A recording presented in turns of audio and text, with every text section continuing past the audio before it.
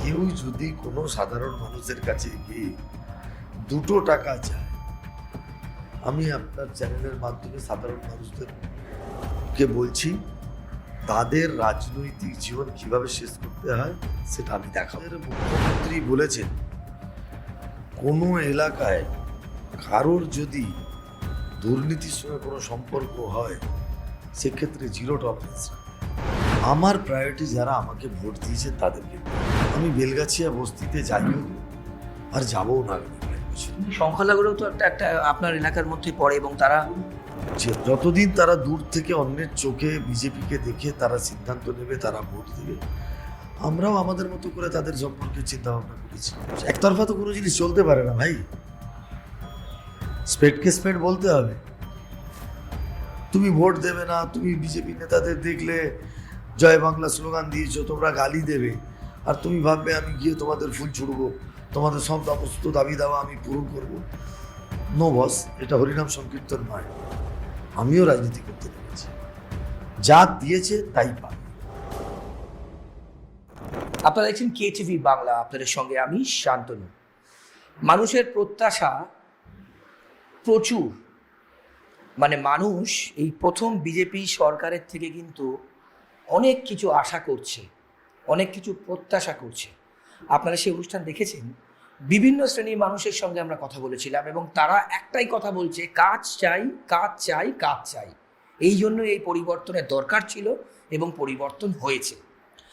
এখন আগামী 5 বছর বিজেপি সরকারের কাছে কিন্তু একটা বিশাল চ্যালেঞ্জ, যে মানুষের প্রত্যাশা পূরণ করার, মানুষটা চাইছে সেগুলো মানুষের কাছে পৌঁছে দেওয়ার। আমাদের এই সিরিজে আমরা বিজেপি যারা বিধায়ক হয়েছেন তাদের সাথে আমরা এক্সক্লুসিভ ইন্টারভিউ KTV বাংলার দর্শকদের আপনাদের সামনে আমরা তুলে ধরছি। আজকে যার ইন্টারভিউ আপনারা দেখবেন, এই সিট অর্থাৎ এই বিধানসভা থেকে কিন্তু একদম টান টান লড়াইয়ের পর তিনি জিতেছেন। One of the tough seat বলা যায় উত্তর কলকাতার কাশীপুর বেলগাছিয়া তৃণমূলের গড় বলা হয়। সেখান থেকে এবার জিতেছেন রিতেশ তিওয়ারি, প্রত্যেকে আপনারা জানেন। তার এক্সক্লুসিভ ইন্টারভিউ আপনারা আজকের পর্বে দেখবেন। পাশে বসে আছেন কাশীপুর বেলগাছিয়ার বিধায়ক রিতেশ তিওয়ারি। রিতেশ দা, KTV বাংলায় আপনাকে স্বাগত। প্রথমে আমি যেটা বললাম দর্শকদের, এই সিট নিয়ে আমি শুরু করব। খুব টাফ সিট, আপনি জিতেছেন, আপনার প্রাথমিক অনুভূতি দর্শকদের জন্য। দল আমার নাম 19শে মার্চ ঘোষণা করে আর নির্বাচন ছিল 29শে এপ্রিল। এই 40 দিন প্রায় 30,000 মানুষের সাথে আমি দেখা করেছি। প্রথম 2-3 দিনের মধ্যেই আমি বুঝতে পেরেছিলাম মানুষ তৃণমূল কংগ্রেসকে হারানোর জন্য ভোট করতে যাচ্ছে। তারপর থেকে 40 দিন আমি দুবেলায় হেঁটেছি। অ্যাভারেজ আমার হচ্ছে 8 থেকে 10 কিলোমিটার আমি হেঁটেছি। আমি একদিনও গাড়ি চড়িনি। প্রায় 90% বস্তি আমি ভিজিট করেছি। আমি বহুতলে উঠতে পারিনি, তবে বেশ কিছু কমপ্লেক্সের সাথে কথা বলে তাদের সাথে মিট করেছি। আমার একদিনও এটা মনে হয়নি যে আমি জিতব না। আমি কনফিডেন্টলি বলতাম যে আমি জিতছি।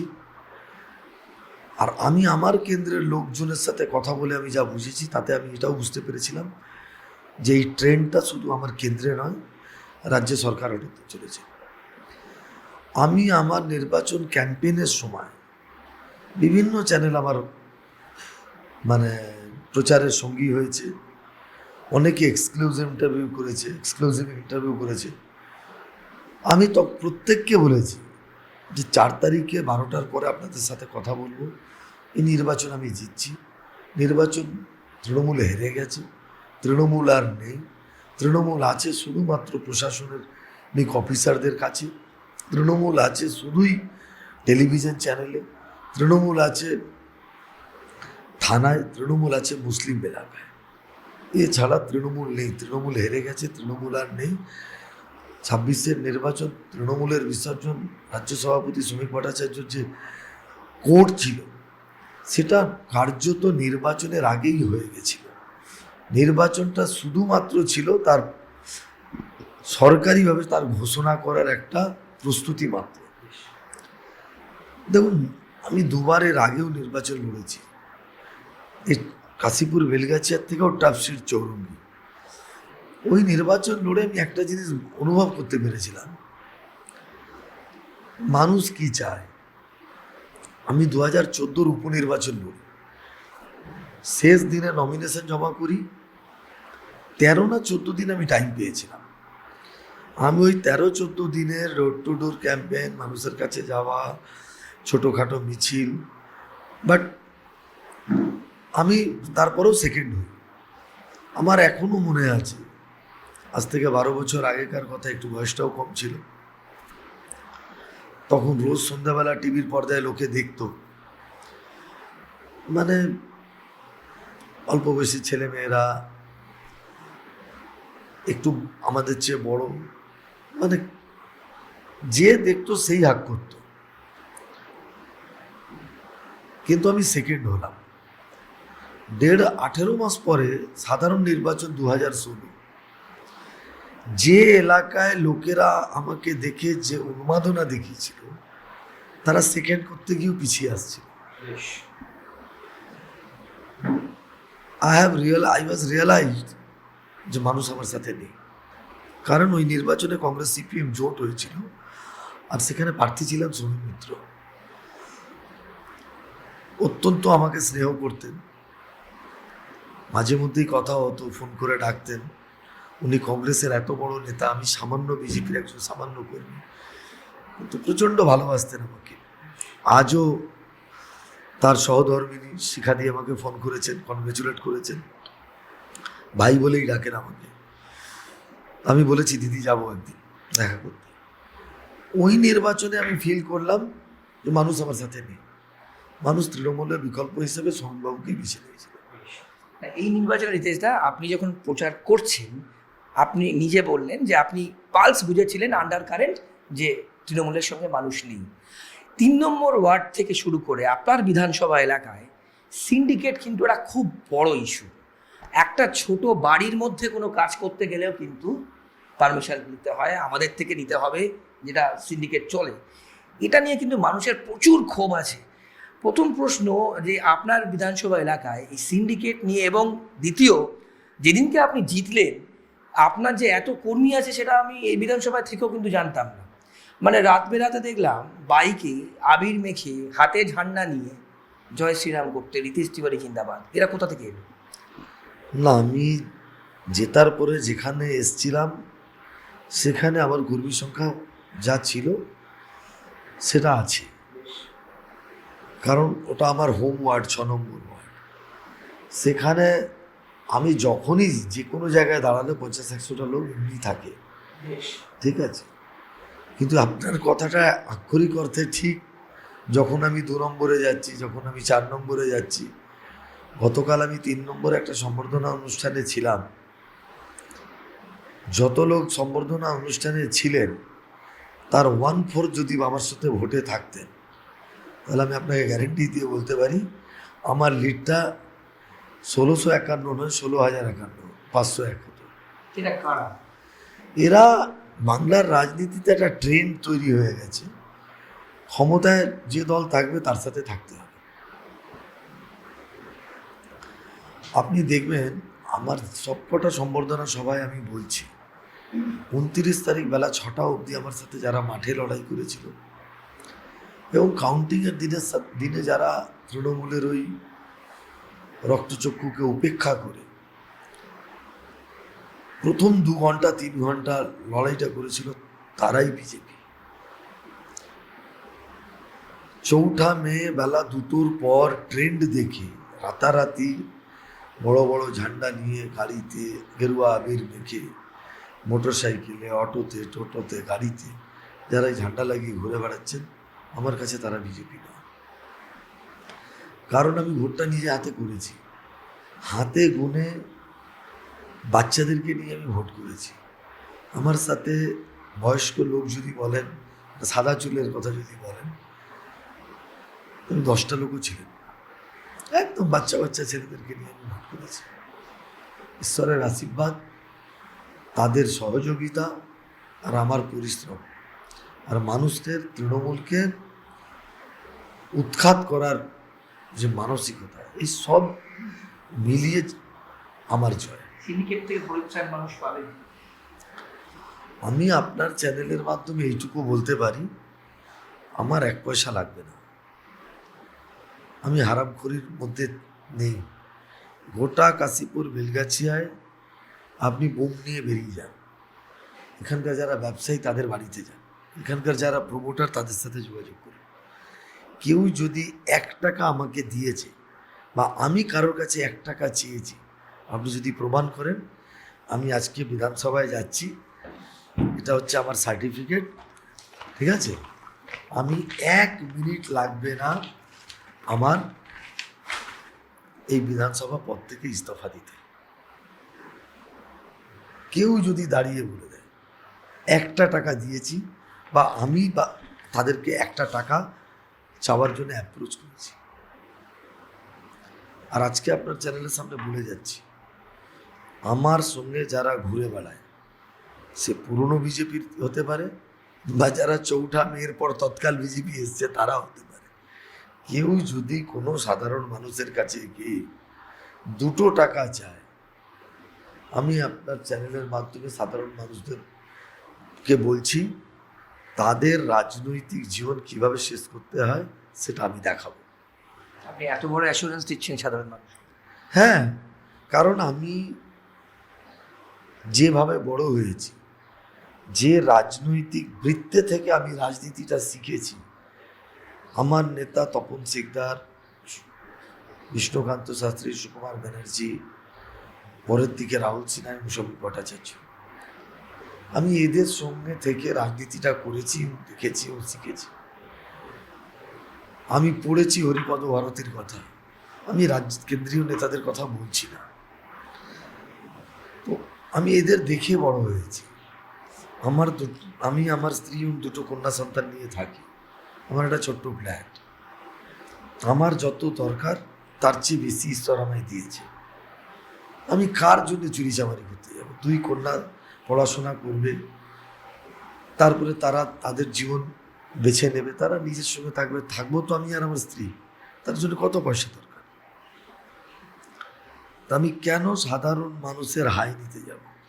দা, যদি একটু অফ ট্র্যাক কোয়েশ্চেন, এই যে ঔদ্ধত্য নিয়ে আমরা তৃণমূলের অনেক প্রাক্তন মুখপাত্র, আমি নাম নিয়েই বলছি, আমরা ঋজু দত্তর ইন্টারভিউ আপনারা দেখেছেন, রিজু আপনাকে ফোন করেছিল এবং আপনি তাকে অ্যাসিওর করেছেন যে কোনো রকম তার ওপর কোনো আঘাত কিংবা কোনো রকম তার বাড়ির সামনে বিশৃঙ্খলা হবে না। সে অন ক্যামেরা বলেছে ইন্টারভিউতে। আমার প্রশ্ন ঋতু আপনার কাছে জিতেশ দা, এই যে ঔদ্ধত্য, হ্যাঁ, কোনো কিছু করতে গেলেই পারমিশন নিতে হবে, একে বলতে হবে, এই দাদাকে বলতে হবে, ওই দাদাকে বলতে হবে, এই দিদি আছে, এই সেই দিদি আছে, এই ঔদ্ধত্যটার মানে বেস কী ছিল? মানে মানুষ আন্ডার কারেন্টের বাদ দিয়েও কোথা থেকে উৎস কী ছিল? আর সব থেকে ইন্টারেস্টিং, তৃণমূল নেতৃত্ব বলছে আমরা হারিনি, আমরা এই হারিনি, মুখ্যমন্ত্রী রিজাইন পর্যন্ত করেননি। আমার এই কেন্দ্রের বিধায়ক, কলকাতার ডেপুটি মেয়র, প্রাক্তন বিধায়ক, ঠিকই বলেছেন, ডেপুটি মেয়র কলকাতা, তিনি বলেছেন ফেয়ার ইলেকশন হয়েছে, সাধারণ মানুষ ভোট দিয়েছে এবং সেই ভোটে আমি হেরেছি, রিতেশ তিওয়ারি জিতেছেন, আমি তাকে কনগ্রেচুলেট করছি। বেশ, মুখ্যমন্ত্রীর কথা এখন আর কেউ সিরিয়াস নেয় না। এতদিন অ্যাকচুয়ালি 37 বছর বিরোধী আসনে রাজনীতি করার ফলে এই ভুলটা হয়। এটা শুধু আমার হচ্ছে তা নয়, দেশের প্রাক্তন প্রধানমন্ত্রী, আমাদের সবচেয়ে বড় নেতা অটল বিহারী বাজপেয়ী লোকসভায় এই ধরনের ভুল কয়েকবার করেছেন, প্রধানমন্ত্রী থাকা অবস্থায় করেছেন। দীর্ঘদিনের একটা অভ্যাস, যে শব্দচয়ন মমতা ব্যানার্জির ছিল, একটি বিশেষ কমিউনিটি 1 মিনিটে 12টার জায়গায় 13টা বাজিয়ে দিতে পারে। আপনি চিন্তা করতে পারেন, এটা মুখ্যমন্ত্রী সুলভ বক্তব্য। মুখ্যমন্ত্রী গতবার ছিলেন বাংলার মেয়ে, এই ভোটে হয়ে গেলেন ভবানীপুরের মেয়ে। আপনার বয়স আমি জানি না কত, আমার চেয়ে ছোট হবেন এ বিষয়ে কোনো সন্দেহ নেই। কোনোদিন মুখ্যমন্ত্রীকে বাজার করতে দেখেছেন? ভোটের আগে বাজার করতে দেখেছেন? প্রধানমন্ত্রী ঝাল মুড়ি খেলেন, ওনার ঝাল লাগলো। সেটা ছেড়ে দিন, ওটা পলিটিক্যাল অপটিক্স, তাই না? আমার বক্তব্য, মুখ্যমন্ত্রীকে বাজার করতে দেখেছেন? মুখ্যমন্ত্রীর পরিবারের কাউকে বাজার করতে দেখেছেন? মুখ্যমন্ত্রী, প্রাক্তন মুখ্যমন্ত্রী মমতা ব্যানার্জিকে আমরা দেখলাম স্ট্রং রুমে বাইরে গিয়ে বসে পড়লেন। যে কাজটা তিনি বিরোধী নেত্রী হিসেবে করতেন, এবার তিনি মুখ্যমন্ত্রী থাকা অবস্থায় করলেন। বিজেপি নির্বাচনের আগেই ওনাকে হারিয়ে দিয়েছে। এই নির্বাচনের আগেই বিজেপি ওনাকে হারিয়ে দিয়েছে। এবার এই সমস্ত ঘটনা এটা প্রমাণ করে যে ওরা নির্বাচনের আগেই হেরে গেছিল, লড়াইটা করেছে। দেখুন, একটা দল 15 বছর ক্ষমতায় ছিল, তারা ভোটে গিয়ে কি বক্তব্য রেখেছে? 10 মিনিট যদি অ্যাভারেজ বের করে, প্রথম 5 মিনিট তারা নির্বাচন কমিশনকে গালি দিচ্ছে, মোদি অমিত শাহকে গালি দিচ্ছে, পরের 1.5 মিনিটে শুভেন্দু অধিকারীকে গালি দিচ্ছে, তারপরে ইডি সিবিআই ইনকাম ট্যাক্সকে গালি দিচ্ছে, এবং লাস্টে বাঙালি অবাঙালি, মাছ মাংস ডিম। এটা কোনো নির্বাচনের অপটিক্স হতে পারে? নির্বাচনের ন্যারেটিভ হতে পারে? শেষের দিকে বিশেষ করে মহিলারা কিন্তু আমাদেরকে জিজ্ঞেস করছে, অনেকের প্রশ্ন, অন্নপূর্ণা ভাণ্ডার জুন মাস থেকেই শুরু হবে, মুখ্যমন্ত্রী শুভেন্দু অধিকারী বলে দিয়েছেন। সেই নিয়ে যদি আপনি একটু ক্ল্যারিটি দেন যে কিভাবে হবে, এবং মানুষের প্রচুর প্রত্যাশা রিতেশদা, বিশেষ করে ওয়ার্কিং ওমেনদের সরকারি বাসের ভাড়া লাগবে না, যা যা সংকল্পের পত্রে আপনারা ভোটের আগে মানুষজনকে বলেছেন, সেই নিয়ে আপনার কি বলবেন? দেখুন, সরকার যখন বলেছে, বিজেপির ট্র্যাক আছে, বিজেপি যা বলে তা করে দেখায়। যা যা সংকল্পপত্রে আছে, আমরা 5 বছরের সরকারে এসেছি, এক্সপেকটেশনের লেভেল অনেক হাই, সেটাও আমরা বুঝি। কারণ গভর্নেন্স বলে কোনো জিনিস এই রাজ্যে ছিল না। এর কারণে একটা মানুষের মধ্যে হতাশা ছিল। আমি যখনই লাস্ট 4 তারিখ সন্ধ্যাবেলা থেকেই ঘুরছি, যে এলাকায় যাচ্ছি, এলাকার বাসীদের উচ্ছ্বাস দেখে আমার কোনো কোনো সময় মনে হচ্ছে যে আদৌ আমি কি প্রথম বিধায়ক যারা এরা দেখছেন? মহিলারা যেভাবে প্রত্যেক কটা জায়গায় এগিয়ে আসছেন, হাত মেলাচ্ছেন, সেলফি তুলছেন, আগের বিধায়ককে আমরা দেখি। আগের বিধায়ক রিচেবল ছিলেন, আগের বিধায়ক কথা বলতেন না। তো এটা কিসের ইঙ্গিত? আমরা যারা রাজনীতি করি তাদের, আমরা যদি নিজেদেরকে প্রিভিলেজ ক্লাস মনে করি, আমরা যদি মনে করি যারা সাধারণ মানুষ আমাদের ভোট দিচ্ছে তারা চাকরবাবু আর আমরা অ্যাবভ দ্য পিপল, তাহলে যা তৃণমূলের হয়েছে সেটাই আমাদেরও হবে। তো আমি ঠিক করেছি 5 বছর মাটিতেই পা থাকবে। হেঁটে ঘুরেছি, গাড়িতে চড়িনি তা নয়, এলাকায় হেঁটে ঘুরেছি। এত বড় এলাকা হেঁটে ঘোরা সম্ভব নয়, গাড়ি একটা লাগবেই। তো ঘুরছি, মানুষকে দেখছি, আর আমি নিশ্চিত আমাদের সরকার যা যা বলেছে 100% করে করবে। শেষ প্রশ্ন করবো রিতেশদা, এলাকার মানুষজন জিজ্ঞেস করছেন যে আপনার যে বিধায়ক কার্যালয় হবে, আমরা আরও অনেকের সাথে নিয়েছি, তারা বলছেন মানুষের কার্যালয়, বিধায়কের কার্যালয় নয়। সেক্ষেত্রে আপনার অফিস কোথায় কোথায় হবে? কারণ এই মুহূর্তে দাঁড়িয়ে তাদের একটাই প্রশ্ন, আপনি কবে কবে কোথায় বসবেন, মানুষ আপনাকে পাবে কোথায়? সব কটা ওয়ার্ডে বিধায়কের অফিস হবে। 6টা ওয়ার্ড আছে, 6টা ওয়ার্ডেই হবে। প্রত্যেক কটা জায়গাতেই নিয়ম করে বসবো। সাধারণ মানুষের কোনো যাতে অসুবিধা না হয় সেটা আমি দেখব। আমার প্রায়োরিটি যারা আমাকে ভোট দিয়েছেন তাদেরকে নিয়ে। আমি বেলগাছিয়া বস্তিতে যাইও নি, আর যাবও না আগামী 5 বছর। কিন্তু সংখ্যালঘুরাও তো একটা আপনার এলাকার মধ্যে পড়ে, এবং তারা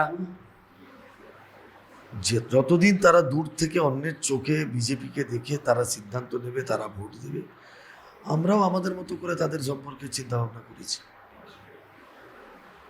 একতরফা তো কোনো জিনিস চলতে পারে না ভাই, স্পেডকে স্পেড বলতে হবে। তুমি ভোট দেবে না, তুমি বিজেপি নেতাদের দেখলে জয় বাংলা স্লোগান দিয়েছো, তোমরা গালি দেবে, আর তুমি ভাববে আমি গিয়ে তোমাদের ফুল ছুড়বো, তোমাদের সব সমস্ত দাবি দাওয়া আমি পূরণ করব। নো বস, এটা হরিনাম সংকীর্তন নয়। আমিও রাজনীতি করতে নেমেছি, যা দিয়েছে তাই পাবে। 800 ভোট, 720টা পোল হয়েছে, 740টা পোল হয়েছে, 720 তৃণমূল, 10টা সিপিএম, 5টা কংগ্রেস, 2টো বিজেপি। এটা আপনার মুখস্থ? হ্যাঁ, এটা একটা বুথে নয়, এই অ্যাভারেজই হচ্ছে সবকটা মুসলিম বুথে। তো আমি কেন আমার রিসোর্স ওখানে ওয়েস্ট করব? দিনের শেষে বিধায়কদের যে ডেভেলপমেন্ট ফান্ড, তার তো লিমিটেশন আছে। তো আমায় যারা ভোট দিয়েছে, যার যেটা আমার কনস্টিটুয়েন্সি, আমি সেটা তাদের ওখানে গিয়ে কাজ করব। Why should I invest my resource on that area? Those who are not casted their vote in favor of me. ভাই, দিনের শেষে অঙ্কটাও অঙ্ক, তো আমাকে তো অঙ্কটা মেলাতে হবে। যারা আমার সাথে ছিলেন না, আমি তাদের সাথে থাকবো না, এটাই বাস্তব। তাদের ভালো হোক, তাদের কল্যাণ হোক, এর বেশি আর আমার কিছু বলার নেই। শেষ প্রশ্ন তাহলে, আপনার কনস্টিটিউয়েন্সির লোকজন সুশাসন, সিন্ডিকেট রাজ বন্ধ, তোলাবাজি বন্ধ, এবং আপনি এটা অ্যাসিওর করলেন যে যদি কেউ করতে আসে তার রাজনৈতিক ভবিষ্যৎ আপনি দেখে নেবেন, বুঝে নেবেন। 100%। আমাদের মুখ্যমন্ত্রী বলেছেন, কোনো এলাকায় কারোর যদি দুর্নীতির সঙ্গে কোনো সম্পর্ক হয়, সেক্ষেত্রে 0 টলারেন্স রাখতে। আমাদের প্রধানমন্ত্রী না খায়েঙ্গে না খানে দেঙ্গে, না খাউঙ্গা না খানে দুঙ্গা, সে বিখ্যাত উক্তি। তো আমি তো তাদেরকেই অনুসরণ করবো না, আমি তো আর মমতা ব্যানার্জি, কুণাল ঘোষকে অনুসরণ করতে পারবো না। বদল হলো, বদলাও হবে। না, বদলা ইন দ্য সেন্স ডেভেলপমেন্টের বদলা হবে। আমি আমার কেন্দ্রে কিছু না হলে 20টা অফিস ফিরিয়ে দিয়েছি। আমি ভোটের আগে সুশাসনের বক্তব্য রেখেছি। আমি ভোটের আগে মানুষকে বলেছি, কোনো হামলা হবে না, কারোর বিরুদ্ধে কোনো মামলা হবে না, যার যা মত, যার যা পথ, সেটা রাজনীতি করবে, একাধিপত্য চলবে না। অনেক ধন্যবাদ আপনার সময়ের জন্য। আপনারা শুনলেন কাশীপুর বেলগাছিয়ার বিধায়ক রিতেশ তিওয়ারি তার সার্টিফিকেট, এমএলএ সার্টিফিকেট দর্শকদের সামনে, আপনাদের সামনে তুলে ধরে বললেন, তার এলাকায় যদি কোনো সিন্ডিকেট এবং যদি কোনো তোলাবাজি হয় এবং তার কানে যদি আসে, যে করবে সে যে দলেরই হোক, তার রাজনৈতিক ভবিষ্যৎ কিন্তু বিধায়ক মশাই বুঝে নেবেন। আমরা এইভাবেই অন্যান্য যারা বিধায়ক আছেন তাদের ইন্টারভিউ আমরা এই সিরিজে আপনাদের দেখাবো। ক্যামেরায় দেবরাজের সঙ্গে শান্তনু, KTV বাংলা।